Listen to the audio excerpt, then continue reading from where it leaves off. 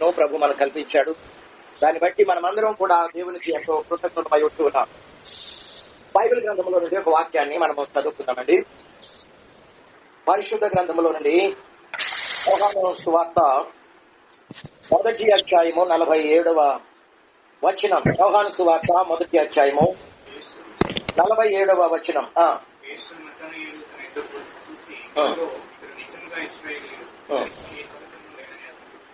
చాలండి, దేవునికి మహిమ కలుగును గాక. యేసయ్య రాకడ దినాల్లో మనం ఉంటూ ఉన్నాం. ఎక్కడున్నాం చెప్పండి? లాస్ట్ డేస్, చివరి రోజులు. లేఖనాలన్నీ కూడా మనం జాగ్రత్తగా పరిశీలన చేసినట్లయితే త్రియేక దేవుడు 6 దినాలు పనిచేశారు. సృష్టి అంతటినీ కూడా ఎన్ని దినాలు పనిచేశారు? 6 దినాలు. 7వ దినం విశ్రాంతి తీసుకుంటాడు. కాబట్టి పేతురు 2వ పత్రిక 3వ అధ్యాయంలో బైబిల్ చెప్తుంది, మనకు ఒక్క దినమైతే దేవుని దృష్టిలో 1000 సంవత్సరాలు, మనకు 1000 సంవత్సరాలు అయితే దేవుని దృష్టిలో ఒక్క రోజు. 6 దినాలు పనిచేశాడు అంటే ఆదాములో పాపం ప్రవేశించింది మొదలు క్రీస్తు శిలువ మరణం వరకు 4 రోజులు, అంటే 4000 సంవత్సరాలు. క్రీస్తు శిలువ మరణ పునరుద్ధానముల నుండి యేసు ప్రభు రహస్య రాకడ వరకు, మధ్యాకాశములు వచ్చేంత వరకు 2000 సంవత్సరాలు. ఇప్పుడు మీరు అనుకోవచ్చు ఇది 2022వ సంవత్సరం అని, కానీ ఈ లెక్కలు కరెక్ట్ కాదు. ఇంకా 2000 సంవత్సరాలు పూర్తి కాలేదు. పూర్తి కావటానికి బహు సమీపంగా మనం ఉన్నాం. అంటే ఆ 4000, 2000, 6000 సంవత్సరాలు. అంటే 6 దినాలు తండ్రి కుమార పరిశుద్ధాత్మ దేవుడు ఆ ముగ్గురు దేవుడు పనిచేశారు. ఇప్పుడు తండ్రి అయిన దేవుడు పాత నిబంధన కాలంలో పనిచేశాడు. కొత్త నిబంధన కాలంలో యేసుక్రీస్తు వచ్చి 33.5 సంవత్సరాలు ఈ లోకంలో పనిచేసి మనుషులందరి కొరకై రక్షణ కార్యాన్ని సిద్ధపరిచి ఆయన వెళ్లిపోయాడు. ఆయన వెళ్లిన 10వ రోజున పరిశుద్ధాత్మ దేవుడిని భూమి మీదకి పర్మనెంట్ గా పంపించాడు. ఈ 2000 సంవత్సరాల నుండి పరిశుద్ధాత్మ దేవుడు పెండ్లి కుమార్తెను, వధువు సంఘాన్ని, వరుడు కొరకై భూమి మీద ఒక వధువును, పెండ్లి కుమార్తెను, ఒక కన్యకును సిద్ధపరుస్తూ ఉన్నాడు. ఒక గుంపు పరలోకానికి కొనుకోబట్టడానికి బహు సమీపముగా ఉంది. కాబట్టి దేవుని పిల్లలారా, ఈ యొక్క 6 దినాలు పనిచేస్తున్నటువంటి దేవుడు 7వ రోజు విశ్రాంతి తీసుకోవడానికి సిద్ధపడుతూ ఉన్నాడు. కాబట్టి తన ప్రజలైన వారందరికీ కూడా విశ్రాంతిని ఇవ్వబోతూ ఉన్నాడు. అంటే 7వ రోజు అంటే 1000 ఏళ్ల నీతి పాలన కాలం. ఆ 1000 సంవత్సరాలు 7వ రోజు. కాబట్టి దేవుని ప్రజలమైనటువంటి మనము అట్టి విశ్రాంతిలో ప్రవేశించాలి అంటే ప్రభు మనల్ని పరలోకానికి కొనిపోయి అక్కడి నుండి భూలోకానికి తీసుకుని వచ్చి ఆయన మనకు విశ్రాంతిని, ఆయన భూమి మీద ఉన్న ప్రజలందరికీ కూడా విశ్రాంతిని ఇస్తా ఉంటాడు. సజీవంగా ఉన్నటువంటి వారు ఆ కాలంలో 1000 సంవత్సరాల నీతి పాలన కాలంలో వారు దాదాపు ఆదిమ కాలంలో, ఆదామవల కాలంలో, ఆదామవల మొదలుకొని నోవహు జల ప్రళయం వరకు వారు ఎన్ని సంవత్సరాలు జీవిస్తూ వచ్చారో 1000 ఏళ్ల నీతి పాలన కాలంలో కూడా దాదాపుగా 900 నుండి 1000 సంవత్సరాల మధ్య కాలంలో బ్రతుకుతారు కదండి. రోగాలుండో వాళ్ళకి ఆ కాలంలో, ఎటువంటి జైళ్లుండో, కోర్టులుండో, పోలీస్ స్టేషన్లుండో, హాస్పిటల్లుండో, ఫార్మా కంపెనీలో, మెడికల్ షాప్ లో అవసరం ఉండదు. దేవుని పాలనలో ప్రజలందరూ ఆరోగ్యవంతులుగా సుఖశాంతులుగా ఉంటారని పరిశుద్ధ గ్రంథం తెలియపరచబడుతుంది. ఆ 1000 ఏళ్ల కాలంలో ప్రజలందరూ కూడా అందరూ కూడా ధనవంతులుగా ఉంటారు. కోట్లకు పడగెత్తిన వారు ఉంటారు. ఎందుకంటే భూమి మీద నుండి ఒక గుంపు పరలోకానికి కొనుకోబడుతుంది. దాదాపుగా 30-40% మంది ప్రజలు తగ్గిపోతారు. వాళ్ళ ఆస్తులు, వాళ్ళ బ్యాంక్ బ్యాలెన్స్లన్నీ కూడా ఇక్కడే మిగిలిపోతా ఉంటాయి. వాళ్ళ పొలాలు, వాళ్ళ స్థలాలు, వాళ్ళ ఇళ్లన్నీ కూడా ఇక్కడే మిగిలిపోతాయి. ఈ వైరస్ వచ్చి చాలా మందిని తీసుకొని పోతుంది. అంటే భూమి మీద మిగిలేది 30-40% మాత్రమే బ్రతికి ఉన్నటువంటి ప్రజలు పరలోకానికి కొనుకోబడంగా, వైరస్లు వచ్చి అనేక మంది హతమార్చబడంగా మిగిలేది 30-40% మంది.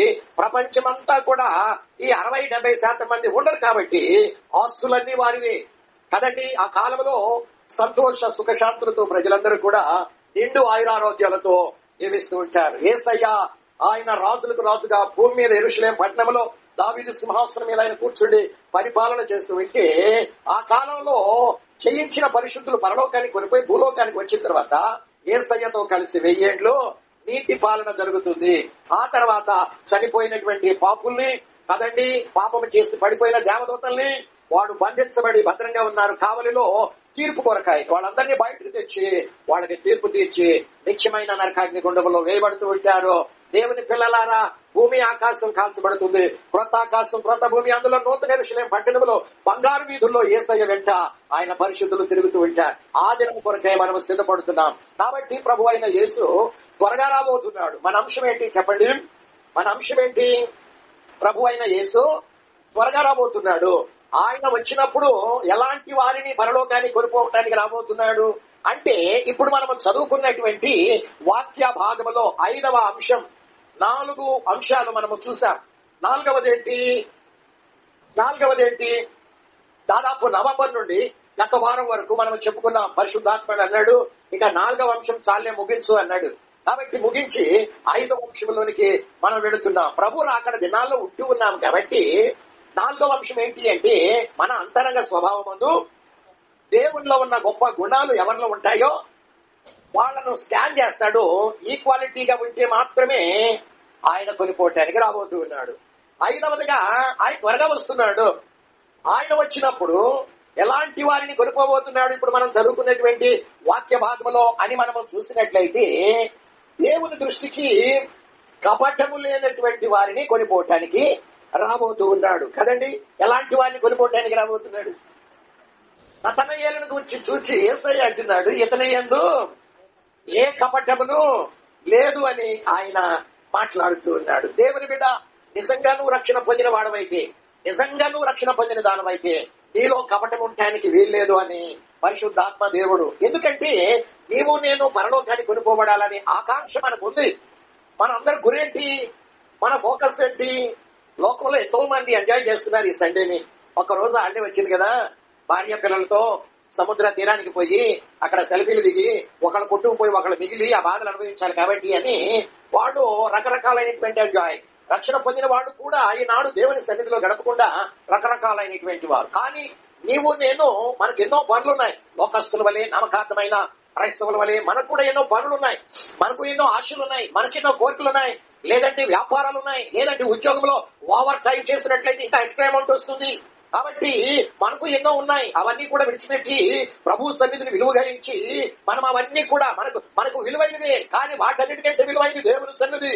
నాకు రక్షణ ఇచ్చాడు కాబట్టి నేను ఆయన సన్నిధిలో గడపాలి, కొన్ని మాటలు నేర్చుకోవాలి. ఆ మాటల ప్రకారంగా నేను జీవిస్తే ఆయన పరలోకాన్ని కొనుక్కోవటానికి రాబోతున్నాడు. ఆ గుంపులను తప్పకుండా ఉంటాననే ఆకాంక్షతో మనం అందరం ఇక్కడ కూడి వచ్చున్నాం. కాబట్టి ప్రభు మనతో మాట్లాడే సత్యం ఏంటి అంటే, మనందరికీ పరలోకం వెళ్లాలనే గురి ఉంది. కాబట్టి కొద్ది నిమిషాలు ఆయన ఆరాధించి ఆయన మనకు చెప్పే మాటల్ని మన హృదయంలో భద్రపరుచుకుని అలా జీవించాలని. కాబట్టి మన ఆకాంక్ష ఏంటి? దేవుని యొక్క ఆకాంక్ష ఏంటి అంటే, దేవుని బిడ్డ నిన్ను నేను వచ్చి కొనిపోయి నా ప్రక్కని నా సింహాసనం మీద కూర్చోబెట్టుకోవాలి. కాబట్టి నీ హృదయం ఎలా ఉండాలి? కపటం లేనిదై ఉండాలి అని ఆయన మనందరితో బోధిస్తున్నాడు. ఆనాడు నతనయేలుతో చూచి నతనయేలును గురించి ఇచ్చిన సాక్ష్యం మనల్ని కూడా యేసయ్య అటువంటి సాక్ష్యమే ఇవ్వాలని ఆయన ఆకాంక్షిస్తూ ఉంటూ ఉన్నాడు. ఎలాంటి సాక్ష్యం? ఇతని యందు ఏ కపటమును లేదు అని యేసు ద్వారా మనము సాక్ష్యం పొందేవారముగా ఉండాలని కోరిక గనక ఉంటే మనము కపటమును లేకుండా మనము జీవించడానికి ప్రయత్నం అంటూ చేస్తాం. ప్రయత్నం అంటూ చేస్తే మిగిలిన కార్యము ఆయన ఏం చేస్తాడు? ఆయన జరిగిస్తాడు కదండి. యెహెజ్కేలుతో దేవుడైన యెహోవా ఏమన్నాడు చెప్పండి? యెహెజ్కేలు, నేను నీతో మాట్లాడాలి, లేచి స్టాండప్ అన్నాడు, నిలబడు అన్నాడు. కానీ యెహెజ్కేలు లేచి నిలబడలేడని తనకు తెలుసు. నేను నిలబడలేను కదా, దేవుడకు ప్రభువు నన్ను నిలబడమంటాడేంటి అనుకోలే. నాతో మాట్లాడిన వాడు నన్ను నిలబెట్టుటకు సమర్థుడు అని ఆయన లేవటానికి ప్రయత్నం అంటూ చేశాడు. ప్రయత్నం చేసినప్పుడు లేచి నిలబడమన్నవాడు ఆయనే. ఈయన ప్రయత్నం చేస్తుంటే లేపి నిలబెట్టిన వాడు ఆయనే. మనలో కపటము లేకుండా ప్రభు రాక పర్యంత వరకు, లేదా ప్రభు రావటం ఆలస్యమైతే నా శ్వాస గనక ఆగిపోయేంత వరకు నేను కపటము లేకుండా జీవించాలి అని నీవు నేను ప్రయత్నం గనక చేసినట్లయితే ఆయన ఏం చేస్తాడు? ఆ కార్యాన్ని మనము ఆరంభిస్తే కొనసాగించేవాడు ఆయనే. అంతమ వరకు మనం చేయబట్టుకొని మనము కపటము లేని హృదయం కలవారుగా చేసేవాడు ఆయన అయి ఉంటాడు అని పరిశుద్ధ గ్రంథం ఫిలిప్పీ పత్రికలో 1వ అధ్యాయము అనుకుంటాను 6వ వచనమేమో చూడండి. ఫిలిప్పీ పత్రిక 1వ అధ్యాయము పౌలు అంటాడు పరిశుద్ధాత్మ ద్వారా ఈ మాటలు పలుకుతూ 1వ అధ్యాయము 6వ వచనములో, మీరు నాతో పాలివారై ఉండుట చూచి. ఎవరితో అంటున్నాడు?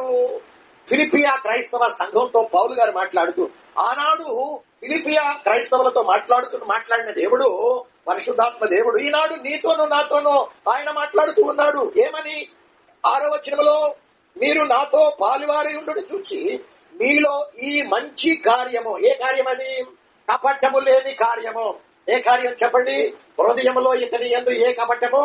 మనమంటూ ప్రారంభిస్తే, ప్రయత్నం చేస్తే ఆయన ఏం చేస్తాడంటే, ఈ సత్క్రియను ఆరంభించిన వాడు యేసుక్రీస్తు దినము వరకు దాన్ని కొనసాగిస్తాడట. ఎంత మంచి మాట అండి! దేవునికి మహిమ కలుగును గాక. దేవుని బిడ్డ, నీవు నేను నిజంగా రక్షణ పొందిన వారిమై ఉంటే మనము ఎంతవరకు కపటము మన హృదయంలో దాచుకొని ఉండవచ్చు.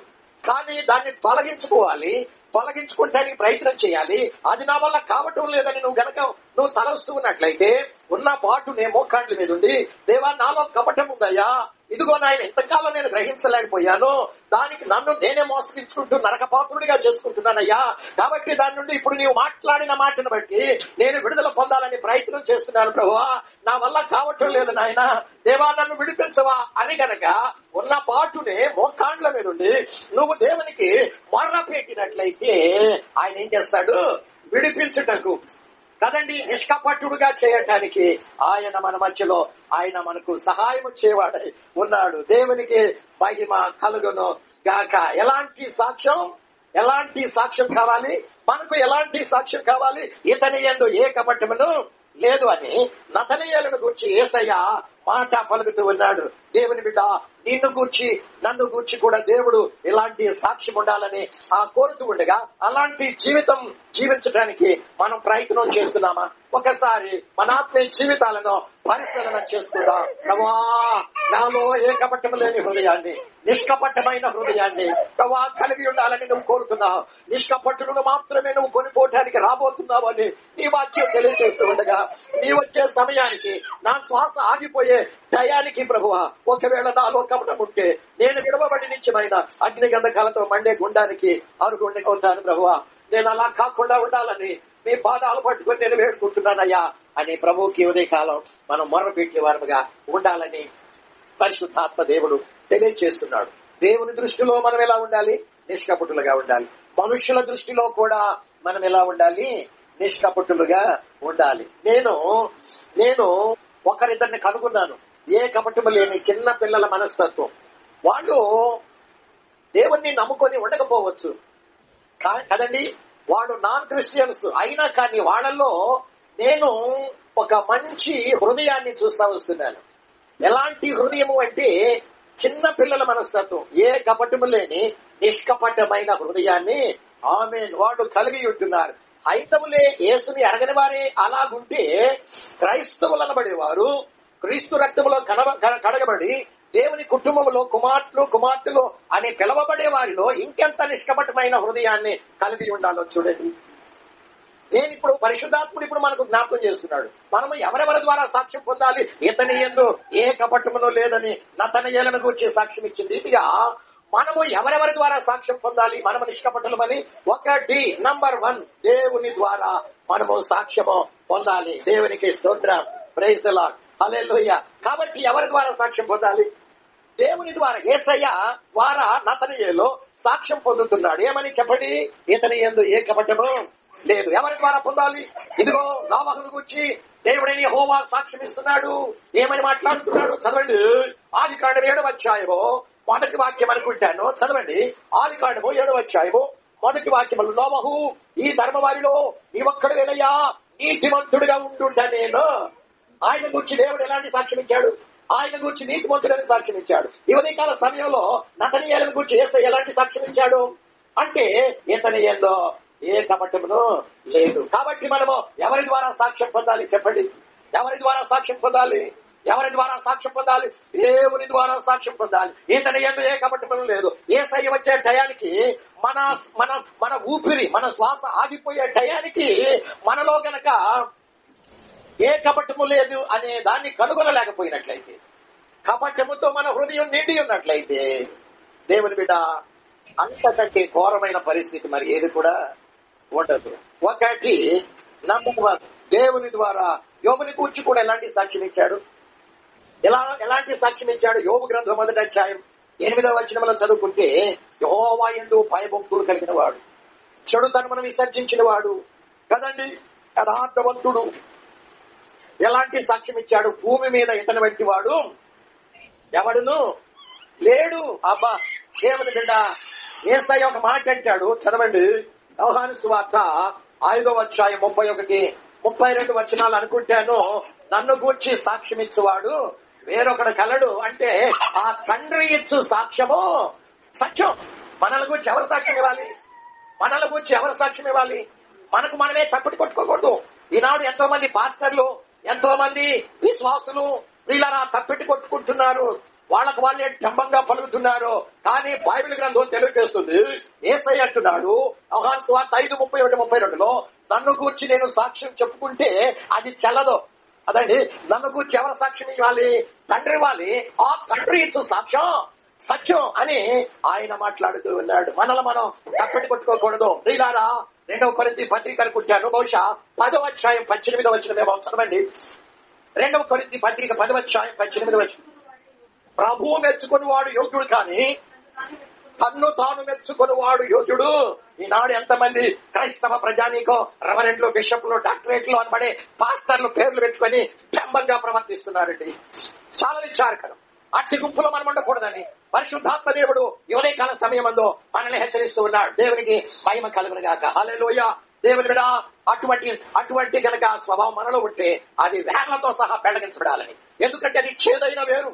అవునంటాడు, మీలో చేదైన వేరు ఏదైనా ఉండునేమో, ఎవడైనా ఉండునేమో, జాగ్రత్తగా చూసుకోమని మాట్లాడుతూ ఉంటూ ఉన్నాడు. నేను ద్రాక్షవల్లిని, మీరు తీగలు. పనికిరాని తీగలు పెరిగి మనలో ఇటువంటి పనికి మాలిన పనికిరాని తీగలు, చేదైన వేరు కనుక ఉంటే ఈ ఉదయకాల సమయం ఇక్కడి నుండి లేచి వెళ్లే ముందే, మనము కూర్చుండి ఉన్న ఆ స్థలము నుండి లేచి వెళ్లే ముందే అది కూకట వేళ్లతో సహా పెళ్లగించబడాలన్నటువంటిదే దేవుని యొక్క ఆకాంక్ష ఉంటుంది.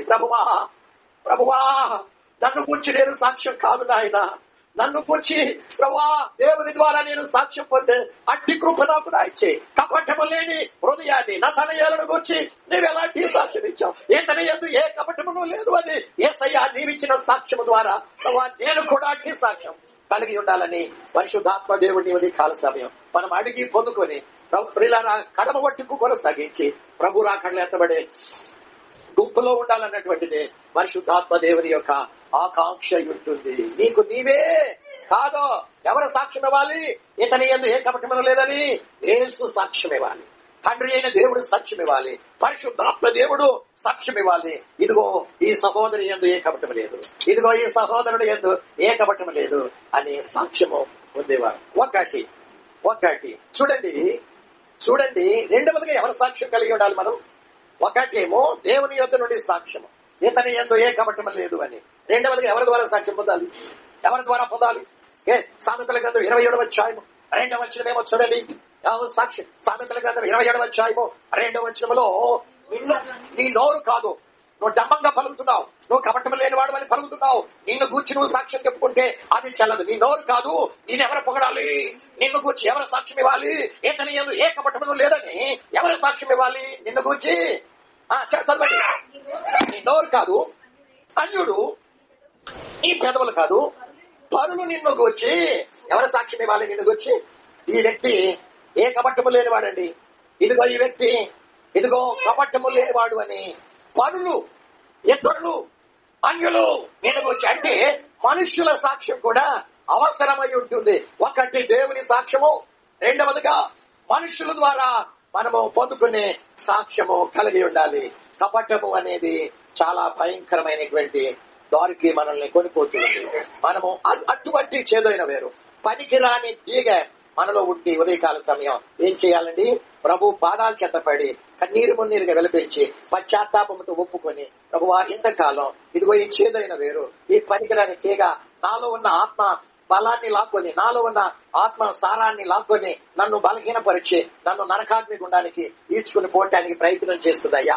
అది పాపము కాదు అనుకున్నాను, అది నాలో ఉంది అని నేను ఎంతకాలం ప్రభువా నేను తలంచలేదు. అది ఎంత ఘోరాతి ఘోరమైందో ఈ ఉదయకాల సమయమందు నీ సేవకుని ముఖాంతరంగా నాకు కళ్ళ కట్టినట్లు నా ముందే పెట్టావు.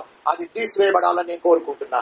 నీ వచ్చే టయానికి ప్రభువా నా ఊపిరి ఆగిపోయే టయానికి నాలో ఏ కపటము లేదని దేవుని ద్వారా మనుషుల ద్వారా నా ఊపిరి ఏ క్షణంలో ఆగిపోతుందో నాకు తెలియదు. కాబట్టి నేడే ఈ క్షణమే నాలో నుండి పెరికి వేయబడాలని కోరుకుంటున్నానని మనమందరం కూడా తల వంచి ప్రార్థన చేద్దామా. ఈ వారముతో ఈ అంశం సంవత్సరం 2 నెలలు దాటింది. దీన్ని ముగించాలని నేను ప్రయత్నం చేశాను. కానీ 5వ పాయింట్ లో దేవుడు నన్ను ఎందుకో ముగించనేయలేదు. ఇంకా పొడిగిస్తూనే ఉన్నాడు. తలలు వంచుగా నా ప్రయత్నాలు ఎన్నో చేశాను. ఈ 14 నెలల నుండి మనము చెప్పుకునే ఈ వాక్యము ఒక్క సండే మాత్రమే చెప్పుకునేది.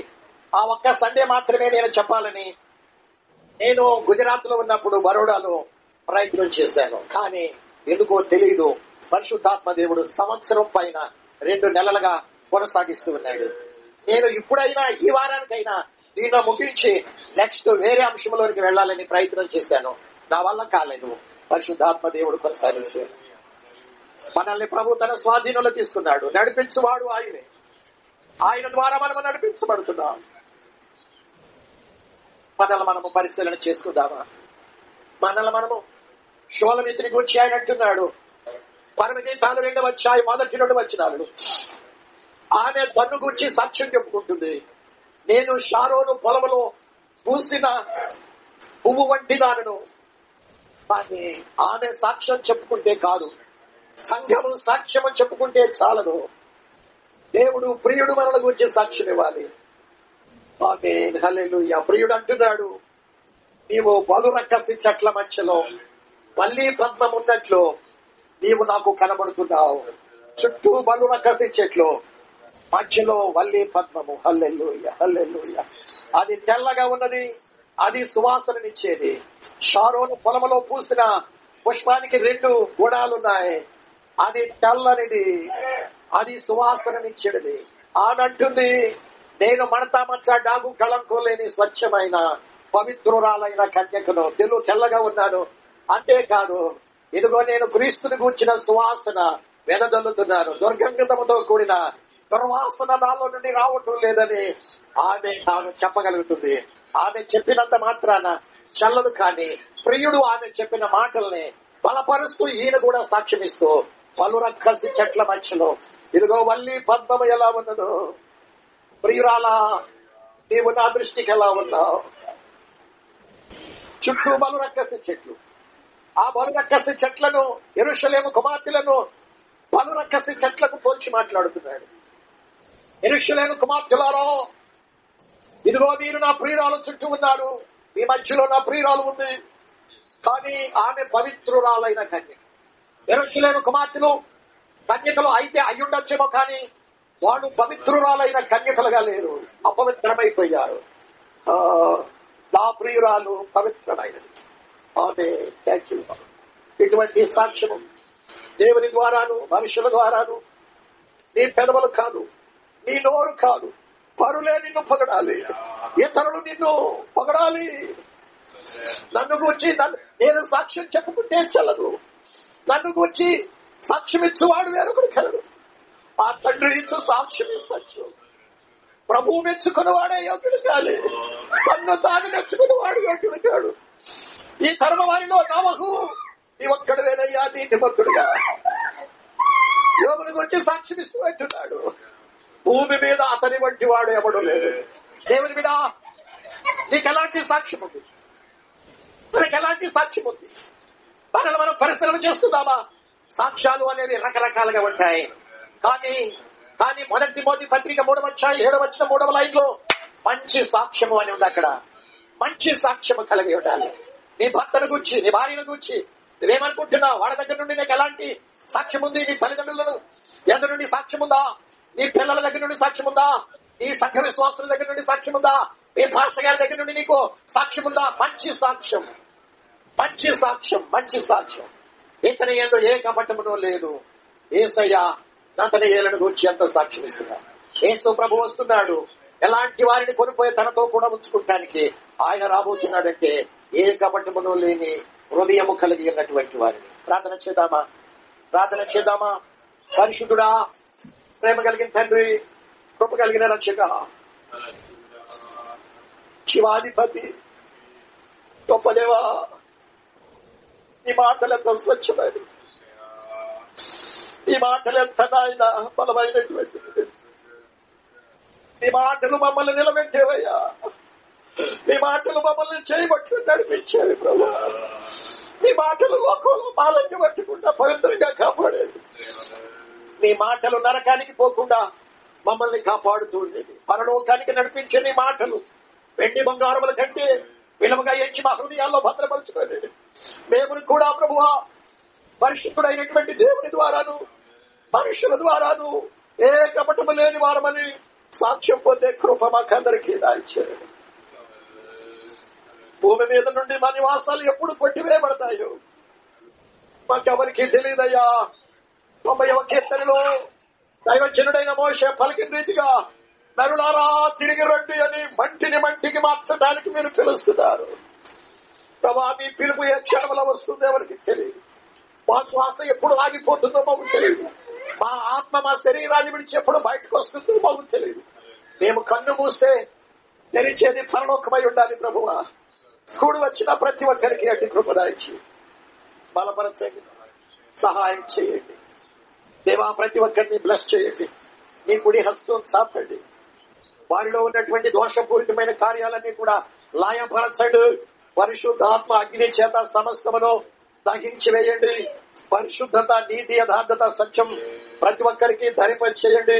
ప్రభు రాకడ కొరకై సిద్ధపరచండి. ఎందరైతే మీ సన్నిధానంలో కూడి వచ్చిన్నారు అట్టి వారందరి ఉద్యోగాలు, వ్యాపారాలు, ప్రభువా విద్యలు, దేవా పని బాటలు అన్నిటిని కూడా జీవించండి. మానసికంగా, ఆధ్యాత్మికంగా, శారీరకంగా, ఆర్థికంగా అన్ని రంగాల్లో ఆశీర్వదించి గొప్ప చేయవలసిందిగా ప్రార్థన చేస్తున్నాం. ఈ ఉదయ కాలపు పునరుద్ధాన దినపు ఆశీర్వాదాలు పొందండి. ఈ వారమంతా తిరిగి మేము కలుసుకునేంత వరకు కృప కలిగిన హస్తాలకు అప్పగిస్తూ యేసయ్య ప్రశస్త నామములో ప్రార్థించి వేడుకొనుచున్నాము తండ్రి. తండ్రి అయినటువంటి దేవుని ప్రేమ, మన ప్రభువును మన రక్షకుడైనటువంటి యేసు క్రీస్తు వారి కృప, పరిశుద్ధాత్మ అన్యోన్య సహవాసం, సన్నిధి, సహాయం ప్రపంచంలో ఉన్న సకల పరిశుద్ధులందరికీ, ప్రాముఖ్యంగా కూడి వచ్చిన ప్రతి ఒక్కరికి ఇది మొదలుకొని తిరిగి కలుసుకునేంత వరకు సదా తోడై ఉండి నడిపించునుగాక. ఆమేన్, ఆమేన్, ఆమేన్. God bless you all.